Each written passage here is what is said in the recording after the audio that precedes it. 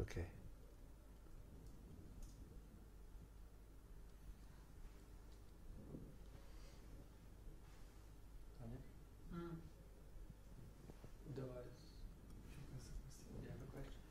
Oh no. He's just sitting there being conscious of his consciousness. Trying to. Leave him alone. Okay. I have more questions. More questions? If there's no more there. Oh boy. There's more. Yes. Okay. There's more. Let's go there. Take the turn then. I got you. I tried to levitate, but he was too fast. Oh, here? Okay. Get that first.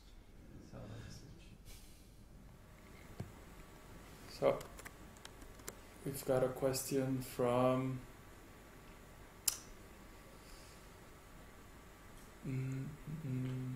Devesh.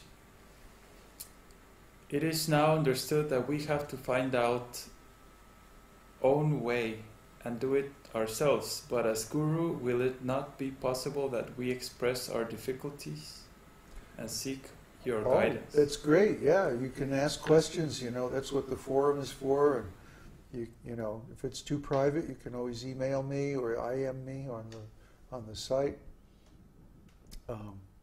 We need individual instruction. I mean, that's very, very important. You know, but I just want to let you know that the tools that are available are very sophisticated. We have quite a broad knowledge of many different processes and experience too. But we're always going to come back to chanting.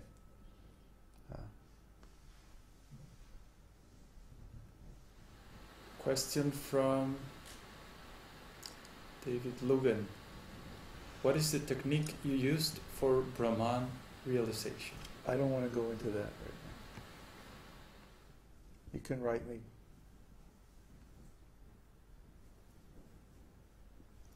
That's it. Okay. When you underwent this experience in 1984, and you read this in a book, The Secret of the Golden Flower, so these books, they would have presented this as the final destination or something of that sort. And did you know exactly where that was in terms of your spiritual advancement? In the sense, did you know what happened through the eyes of the Vedic scriptures? Well, yeah, basically what happened is I removed the blocks, specifically the false ego. The false ego, ahankar, it resides in the ajnana chakra.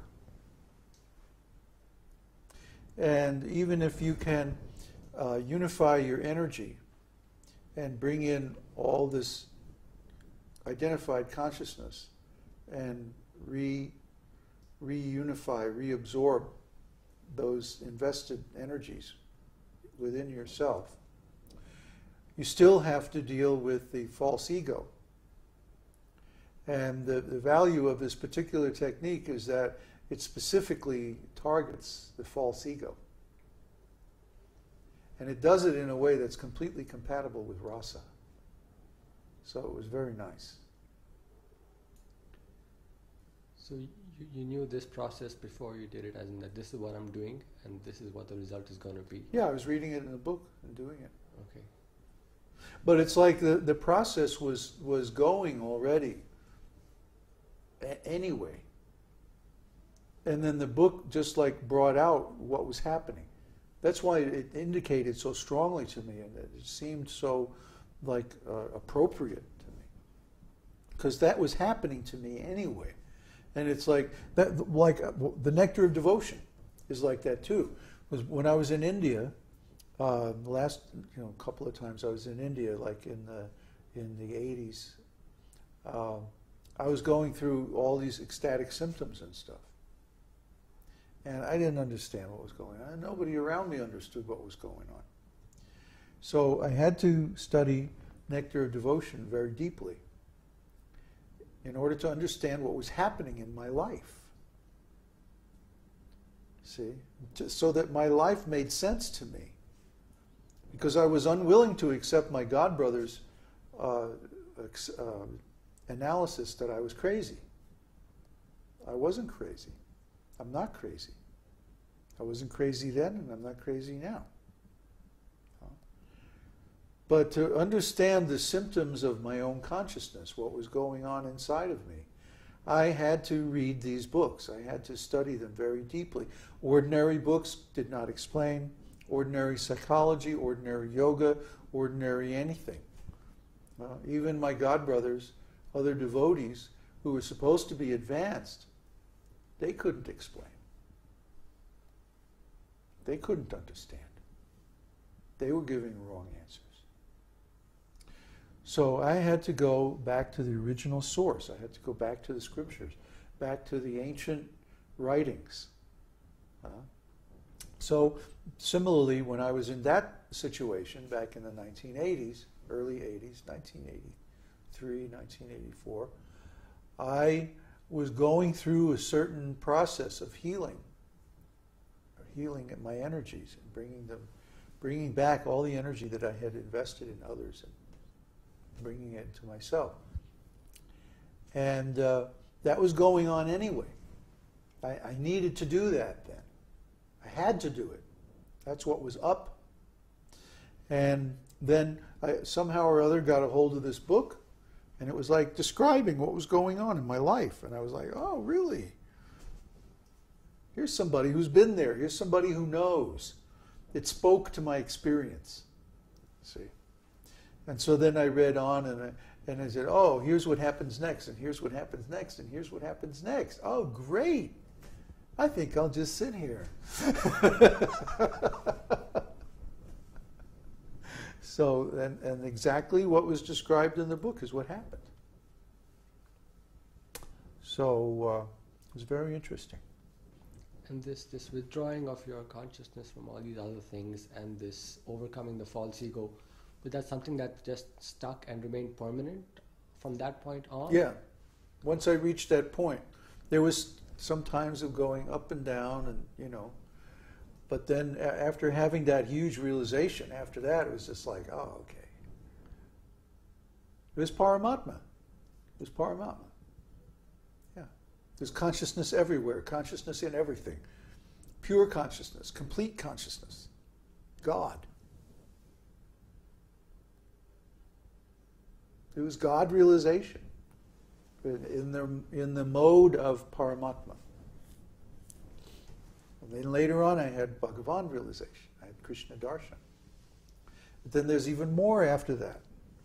But let's not get ahead of ourselves. But so you were very clear that there was much more after that, because a lot of people they stumble across some experience like this and they think, oh, this is it. Oh, the energy. It's all one. Yeah. Oh, yeah. Yeah, give me some more mescaline.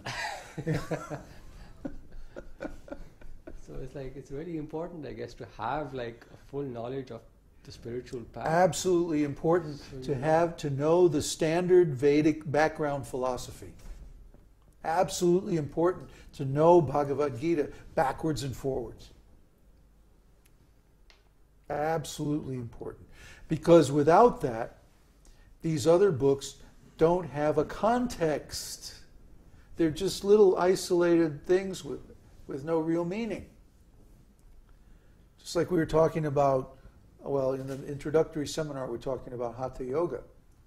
Patanjali wrote his Yoga Sutras in the context of Vedic society, Vedic literature. He wrote it against the background of a standard Vedic philosophy of consciousness. He was not writing in a vacuum. It was not meant to stand alone, not by any means. Just like if you read a book like a computer manual, the computer manual is meant to exist in a certain context, that you have electricity, that you have a dry place to keep your equipment, that you know what a computer is and what it's good for, and you have access to software and so many other things. Those things are assumed to be the context. And without that context, the computer manual is useless, irrelevant, meaningless. And the same is true of any of these mystical writings like Patanjali Yoga Sutras, Secret of the Golden Flower, the book that Damo wrote about Qigong. You know, what was his name? Bodhisattva, Bodhidharma wrote about Qigong, the muscle changing system, and he wrote another book.